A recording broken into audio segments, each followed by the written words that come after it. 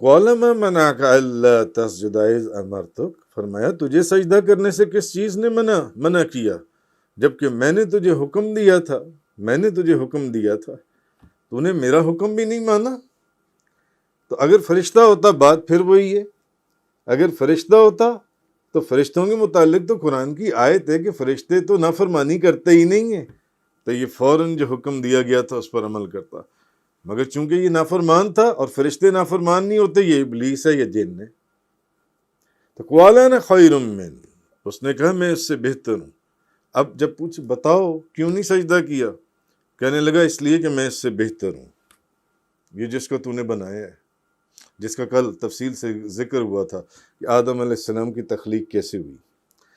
خلقتنی من نار وخلقتہ من طین، تو نے مجھے آگ سے پیدا کیا اور اس کو مٹی سے پیدا کیا، اور اس کو تو نے مٹی سے اس کو پیدا کیا، یہ وجہ کہ میں نے اس کو سجدہ جو ان سے نہیں کیا، جو ان سے سجدہ نہیں کیا۔ تو اصل میں بعض اوقات کسی چیز کی قدر و قیمت کا اندازہ لگاتے وقت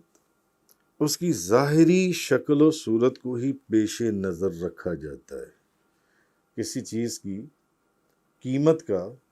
اندازہ لگاتے وقت اس کی بظاہر شکل و صورت کو پیش نظر رکھا جاتا ہے جو ان سے، اور اس کے جو جوہر ذاتی سے جو اس کے اندر ایک جو اس کی قیمت ہے اس سے قطع نظر کر لی جاتی ہے، قطع نظر۔ تو اب ابلیس کو یہ تو یاد رہا کہ آدم کی تخلیق مٹی سے، خاک سے ہوئی ہے، آدم کی تخلیق مٹی یا خاک سے ہوئی ہے اور اس کی آگ سے ہوئی ہے، تو کہنے لگا کہ آگ تو افضل ہے خاک سے، آگ افضل ہے خاک سے، مٹی سے، اس لیے میں نے اس کو سجدہ نہیں کیا۔ اور یہ کیسے ہو سکتا ہے کہ افضل کو یہ کب زیب دیتا ہے کہ وہ اپنے سے کم تر کو سجدہ کرے؟ اب اس میں ایک تو اس کا تکبر آ گیا، پہلے تو نافرمانی آ گئی، حکم عدولی آ گئی، گستاخی آ گئی، اب اس کا تکبر آ گیا، کہنے لگا یہ میں مٹی سے افضل ہوں کیونکہ مجھے آگ سے پیدا کیا گیا، آدم کو خاک سے پیدا کیا گیا۔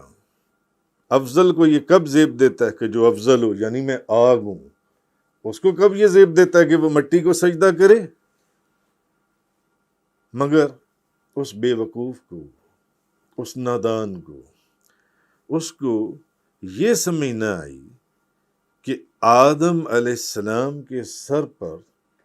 تو خلافت عرضی کا تاج پہنایا گیا، اس خلافت کا تاج پہنایا گیا، اور ان کا دل وہ آئینہ ہے آدم علیہ السلام کا جس میں آفتاب حقیقت کا نور جگمگا رہا ہے، حضرت آدم علیہ السلام کا۔ تو اور نفخت فیہ من روحی، جس کا ذکر کل کے بیان میں آدم علیہ السلام کی تخلیق کے بیان میں بیان ہوا تھا کہ اور اس میں اللہ تعالیٰ نے اپنی روح کو ڈالا، تو اب اس کو یہ بھی نہ سمجھ میں آیا تو وہ اس بے ادبی اور گستاخی میں چلا گیا، اور یہ اس کی بہت بڑی غلطی تھی کہ آگ خاک سے افضل ہے، حالانکہ اپنی صفات اور خاصیات کے اعتبار سے جو رفت اور جو بزرگی اور جو بلندی مٹی کو حاصل ہے، خاک کو، وہ آگ کو نہیں نصیب۔ آگ کے پاس وہ فضیلت نہیں ہے جو مٹی کے پاس فضیلت ہے۔ کہنے لگا میں آگ سے ہوں، اس کو آگ کی ظاہری چمک اور دمک نظر آئی، مگر اس کو مٹی کی حقیقت سمجھ میں نہ آئی۔ کیوں؟ بے وقوف اور گستاخوں اور نافرمانوں کی عقل اللہ ویسے ہی سلب کر لیتا ہے، ان کو سمجھ نہیں آتی ہم کیا کر رہے ہیں۔ اچھا، اب ہوا یہ کہ جو اللہ تعالیٰ نے زمین کے اندر جو خواص رکھے ہیں، جو خاص چیزیں رکھی ہیں، اس کو وہ چیزیں سمجھ نہیں آئیں، تو یہ کہا یہ جاتا ہے کہ آدم علیہ السلام سے تو لغزش ہوئی تو وہ فوراً نادم ہو گئے، فوراً نادم ہوئے اور ایک دم انہوں نے توبہ فرمائی اور مقام قرب پر فائز ہو گئے۔ لغزش ہونے کے باوجود ندامت پیدا ہوئی، معافی مانگی کہ مجھ سے جو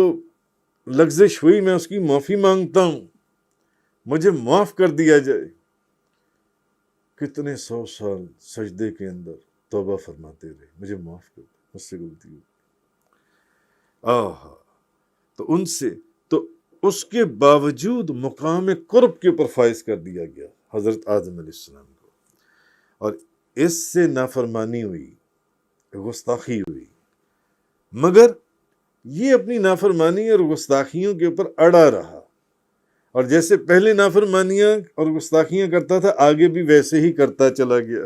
جس کی تفصیل آپ قرآن میں آگے پڑھیں گے، اور قیامت تک کے لیے ابدی شقاوت اور اللہ کی لعنت کا توق جنس ہے وہ اس کے گلے میں پہنا دیا گیا ابلیس کے